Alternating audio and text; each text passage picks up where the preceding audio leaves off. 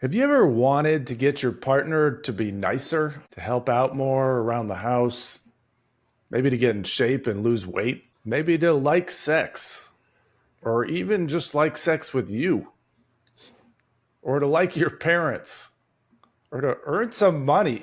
How much can you get your partner to change? Obviously, I have no emotional baggage there. Welcome to the Nice Guy Show. I'm your host, Ari Graff, and I'm joined by my co host, Chuck Chapman and Faisal Kokar. Today, we're going to discuss how much can I fix my woman or my partner? Because I think this goes both ways. How much can you fix a woman? I think this goes for straight or gay relationships. The easy answers I would say are, well, people aren't broken, so you don't need to fix them, or just accept your partner as they are. Don't turn a partner into a project. But that is what nice guys, I think that's how nice guys often fail.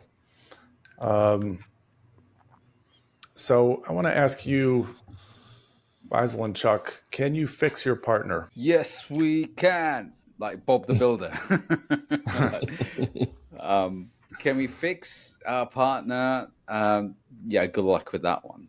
And it's one of those things that everyone tries. I mean, I'm constantly trying to fix everyone, everything in my life because we have this innate need of, it's not enough, it's not good enough, I'm not enough. So I just keep having to go, okay, I can make it better, I can make it better. And I've had many relationships where I've tried to fix every single one of them and failed miserably. I mean, you kind of get halfway there and then you're thinking, well, you can do better, you know. Um, but I guess I'm just trying to compensate for the fact that there's things in myself that needs fixing, and I'm just putting that project outside, thinking that, what, if I make it better, my life will be better. Yeah, I didn't think that. Yeah, go ahead, Chuck. I was just going to say, I think that your idea, I mean, what's your idea of fixing? I think that comes down to there's something about my partner that I don't like, okay, and I want that to change. And so essentially fixing your partner then would be, I want my partner to change. And, David Data says the way you find them is the way they are. And if most people, quite honestly, don't change. I think rare people, there's a rare people that do change, but I think that rarely people change, but generally people change when there's some sort of traumatic event in their life that causes them to reevaluate and change things. But in general, I don't know that people change that much. Well, I mean, part of me agrees with you, but part of me feels like, well, we've all changed dramatically, and maybe there were pivotal experiences, Mm-hmm. uh, or traumatic experiences even that led to that change. But I Yeah. think, I'll just speak for myself. Like, I'm someone who is committed to change and evolving and receptive to feedback. So I expect that I may end up changing in the context of my next relationship. So why can't we look for someone who is similarly open to change and committed to change, like growth minded? For me, that's part of what I'm looking for in a new partner, is that they're open to change. So I don't want to be with someone who doesn't have some flexibility and openness. Again, I'm talking about like the majority of the people in the world don't want to change. They don't have a good reason to change. There's a small percentage of people who are they've gone through something and they realized, okay, I've needed to change something, and so they do develop this identity around, I want to be adaptable and change. I want to grow, but I think that's not the norm. I think that's rare. So if you're looking for a woman who has the same general, you know, looking at herself, self-aware, wanting to change, that kind of thing, it's a smaller pool that you're looking at. And, you're also going to be looking at somebody who has had some sort of traumatic event in their life that led them to a place of wanting to change. So I think that it's people change on a micro level and a macro level. You know, the micro level, it might be a small change that's, you know, I start taking a daily vitamin or something like that, you know, and I get in the habit of doing that. A bigger change would be, you know, I'm gonna lose weight, and they go to the gym and they start working out and they just change that. But those are rare individuals. All right, guys, let's get real. How many? What are the things that you try to keep change? What are the things that you keep trying to change in women, or point. even like not just in women, but like friends or family, or like I'm always trying to change my kids. I'm like, come on, stop sleeping till 1 o'clock. You can do this. Or so, what are the things you guys have a pattern of changing or wanting to change? I don't know. It's a great question. I'm trying to think about that. Well, Ari, when you're Nothing- on a date, what are you thinking, Chuck? So, Ari, when you're on a date or you've been dating this girl and thinking, well, you know what, it'd be much better if she was this. So, do you feel the urge or the compulsion to say, okay, you know what, let me recommend a book. Let me guide her this way. Maybe you should listen to this. Maybe you should do that. Maybe this is really good. I mean, do you ever catch yourself doing that? Yeah, I think I've just, if I'm trying to just be more honest with myself and with my dates about what I'm looking for, as opposed to getting involved with someone that I'm going to want to fix or change. But I do I'll talk about things like polarity with women, that I'm just starting to date to see if it resonates with them. But Why? I don't. I mean, why do we have to have them resonate with them? Because is that what's the goal with that? Well, because having that kind of chemistry appeals to me in a relationship, and that I want a woman who's going to be receptive to my leadership and who wants that kind of chemistry, not in a dictatorial way, but just more in a playful, fun way that feels authentic to them. Is that because they don't bring that chemistry, or you're thinking, well, I want to make sure you maintain that chemistry? Well, I want to see if that fits for them. Maybe that already feels like what they want, or when they hear about it, it feels like, oh, that's really that feels authentically me. That this is what I've been wanting all along from a romantic relationship. So, Yeah. but if it's something like, I'm not that attracted to her, then I'm just not going to get involved. That wouldn't be the kind thing to do. What, you wouldn't recommend plastic surgery and say, right, I could change this. She can be more.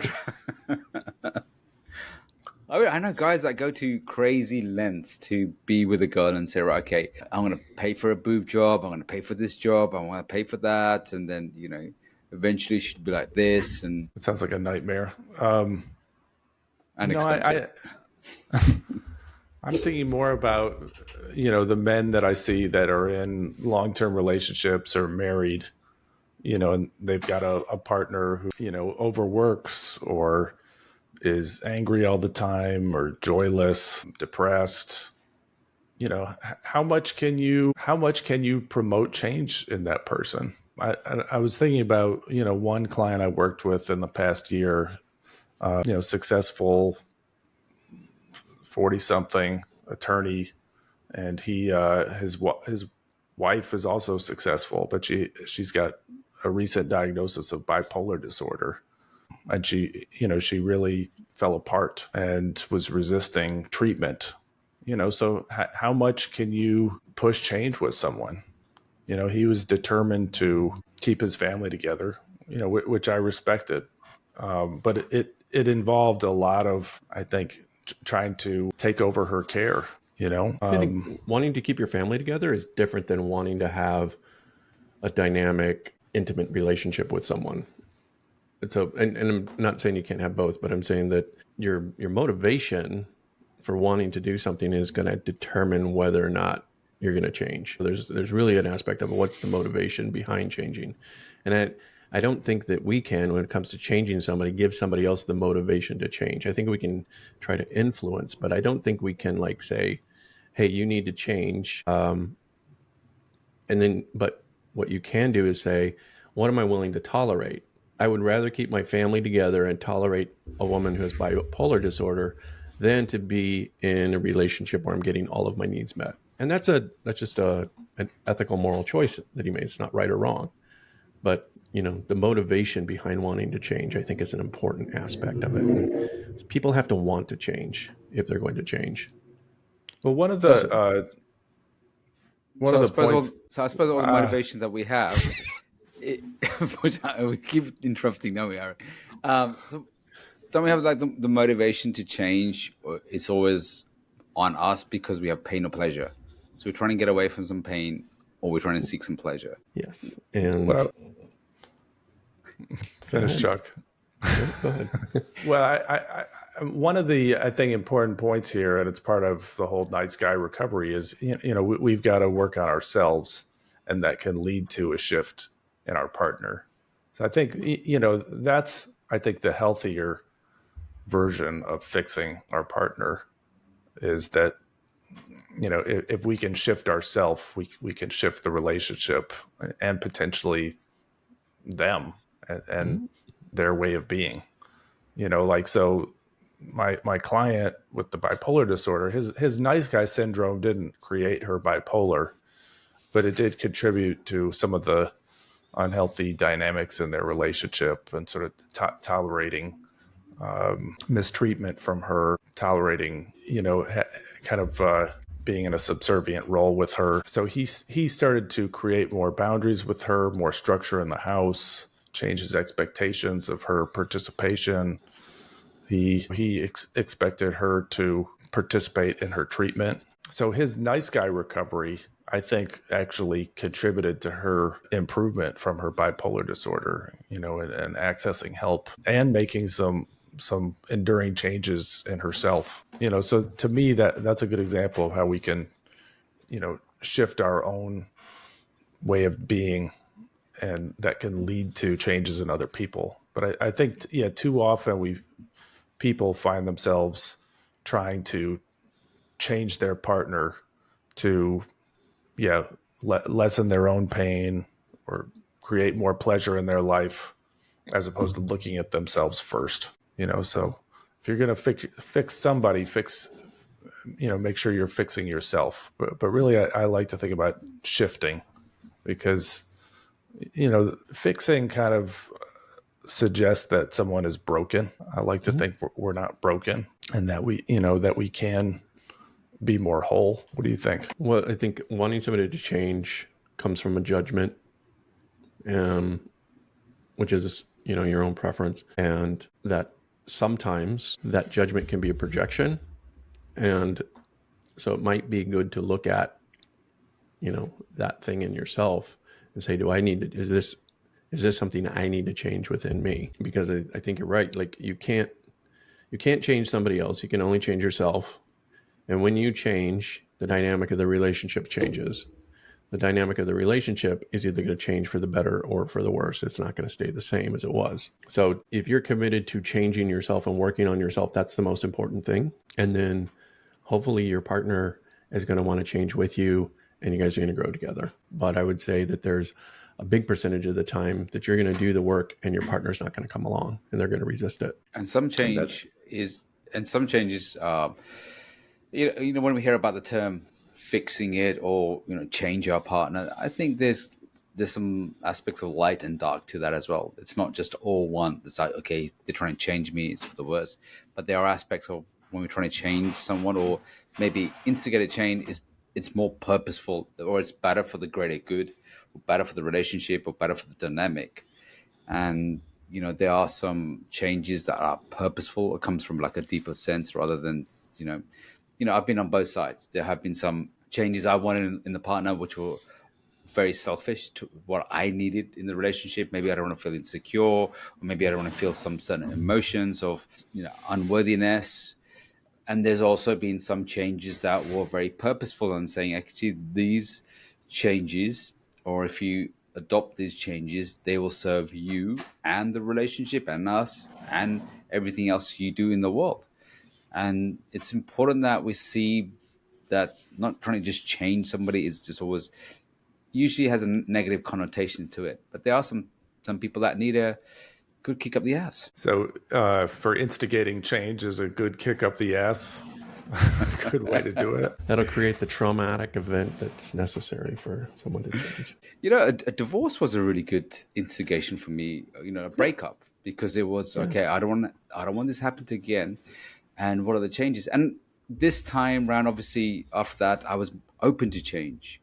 I was open to learning. I'm still am, and I know that patterns take time. You know, our software is very old. There's going to be, you know, we need to have some patience with that. And I like women who give me feedback as well. I like women who say, you know, Faisal, this is where you need to sharpen. I like that aspect as well. And I want to be in a relationship where I can do the same thing as well. And when I'm not strong, you know, she's able to, you know, take over. Or when she's weak, I'm able to take over. There's a whole balance between that as well. So did your ex-wife try to fix you before she broke up with you? I think all people try to fix you, don't they? You know, don't they? Hey, we need to go to couples therapy. You're this. I had all the diagnostics of a, you know, clinical psychologist of this is what's wrong with your personality, and this is what you need to do. Have you ever had a woman not try to change you? Any of you guys? Well, you guys are changed men. It was so good. I'm like, yeah, it's all done. But there was an article I was reading some time ago, and this woman spent 2 years changing this man, right? So he's had typical nice guy. She spent 2 years changing, and he was a yes man, and he changed it, and you know, he became the man she wanted. And then she said, I'm not attracted to him anymore. Because she had put in so much effort, or she realized she was never attracted in the first place? Or well, because it's not him that's instigating it, right? So she's created this man, but it's not, he didn't create it. She created him. But if he's truly changed, then it can't be purely for her, can it? Well, I think it's probably killed off all the sexual attraction and polarity on the way. I think there's a saying that goes something like, men expect their woman to never change and women expect their man to be able to change. Or, no, I get that wrong. That she's going to stay the same, but she thinks she can fix him is essentially kind of the thing that, oh, I can work with him or I can work with her. And it's generally like one partner, it's like, hey, this is great. I love this. And the other partner is like, okay, it'll be fine once I get this other person to change. I think most guys can't be bothered to change someone. They were like, I just want to sit on the sofa, just sort of. I mean, most guys are not in that realm, are they? Wanting to evolve themselves or the relationship. They're just like, okay, what's the basic thing I need to do to get done and be with it? All right. Well, this is not going to fix me, this conversation, but it has been interesting. If you like this podcast, check out episode number 27, Too Bad to Stay, Too Good to Go, and let us know if you've ever tried to fix your partner and what the result was. Thanks for joining us on The Nice Guy Show. We'll see you next time. You've been listening to The Nice Guy Show with certified Nice Guy recovery coaches Ari Graf, Chuck Chapman, and Faisal Kokhar. Be sure to subscribe to this channel so you can listen to our latest episodes and visit us on www.theniceguyShow.com. If you have any topics you'd like to hear us discuss, send us an email at support@theniceguyShow.com. Thanks for listening.